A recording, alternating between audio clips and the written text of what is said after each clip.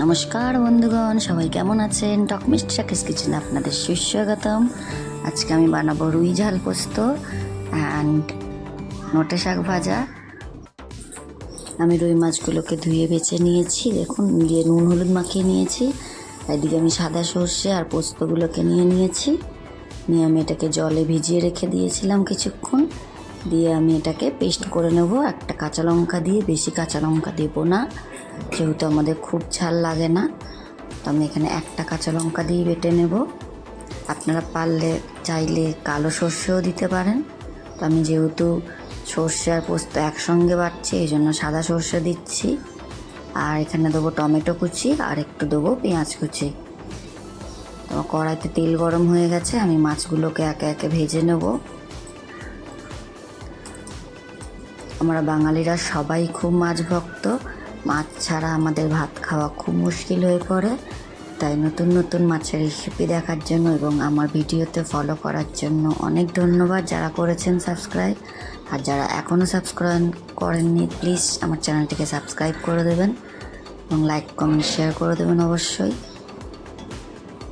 দেখুন মাছগুলোকে আমি ভেজে নিচ্ছি। মাছগুলো কিন্তু খুব বেশি ভাজবো না।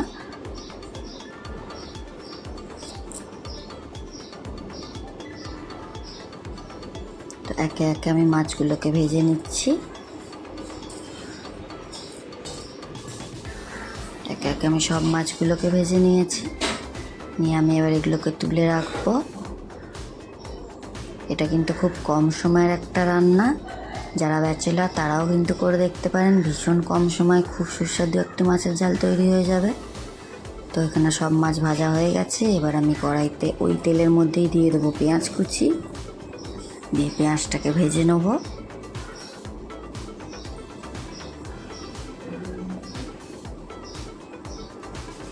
দেখুন পেঁয়াজগুলোকে আমি ভেজে নিয়েছি।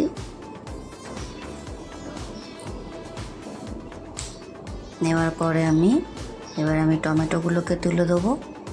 পেঁয়াজটা খুব বেশি লাল করলে পুড়ে গেলে কিন্তু ভালো লাগবে না।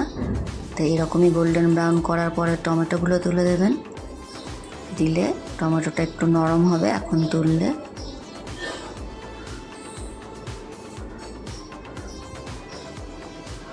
টমেটোটা নরম করার জন্য আপনারা যদি মনে করেন খুব দেরি হচ্ছে, গলছে না, তখন একটু নুন দেবেন। দেখবেন টমেটোটা কিন্তু খুব সহজেই গলে যায়। এরপরে হলুদ দিয়ে নুন দিয়ে যা যা মশলা দেওয়ার দিয়ে নিচ্ছি। আমি এখানে আর কিছু ইউজ করব না, কোনো জিরে ধনে কিচ্ছু না। এবার ওইটা নুন হলুদ দেওয়ার পরেই আমি যেটা পেস্ট করেছিলাম সর্ষে পোস্ত সেটাকে দিয়ে নিচ্ছি। দিয়ে এটাকে আমি ফুটতে দেব। তো এটা আমি একটু ঝোল কনসিস্টেন্সি রেখেছি, কারণ মাছগুলোকে দিয়ে আমি এটাকে ফোটাবো। মাছটা তো ভালো ভাজা হয়নি, তাই এটার মধ্যে কিন্তু মাছটা সেদ্ধ হবে এবং এর টেস্টটাও ঝোলের মধ্যে চলে যাবে মাছের। তো মাছগুলোকে আমি দিয়ে নিচ্ছি ঝোলের মধ্যে। এটার সাথে কিন্তু মাছটা অনেকক্ষণ ফুটবে, ফুটে ঝোলটা গাঢ় হয়ে যাবে, পুরো কাই হয়ে যাবে। তারপর আমরা এটাকে নামিয়ে নেব। তো মাছগুলোকে দিয়ে নিয়েছি আমরা।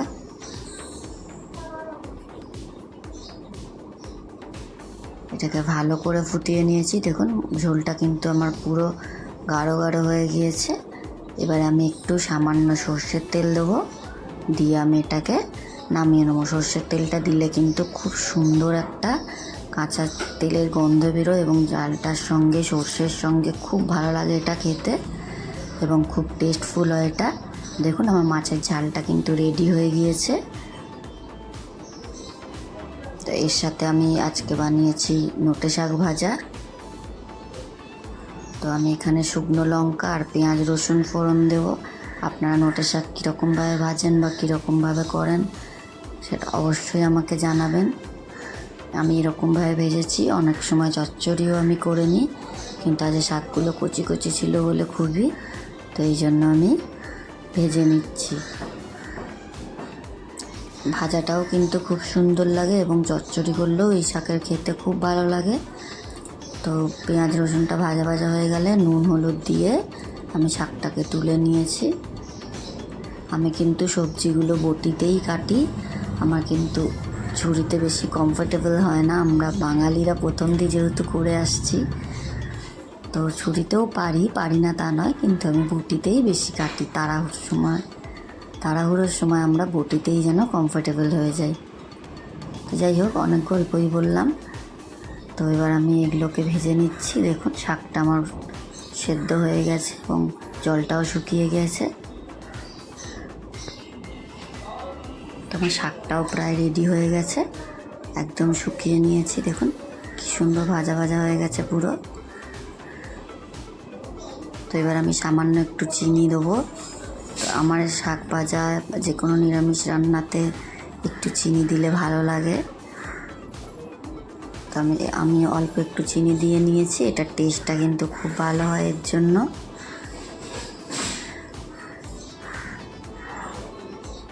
আপনারা অবশ্যই এইভাবে ভাজা করে দেখবেন, যারা এখনও করেননি। যারা জানেন তারা তো খুবই ভালো। তো রেডি আমার শাক ভাজা। আমার রান্নাগুলো কিন্তু ব্যাচেলারদের জন্য এবং যারা একা থাকেন তাদের জন্য খুবই উপকার হয়। অবশ্যই পারলে একবার দেখবেন এবং লাইক কমেন্ট শেয়ার করে দেবেন এবং সাবস্ক্রাইব করতে ভুলবেন না। অবশ্যই আপনারা জানাবেন কেমন হয়েছে। তো আমার এদিকে নোটে শাক ভাজা আর মাছের ঝাল দুটোই কিন্তু আজকে আমার রেডি হয়ে গিয়েছে।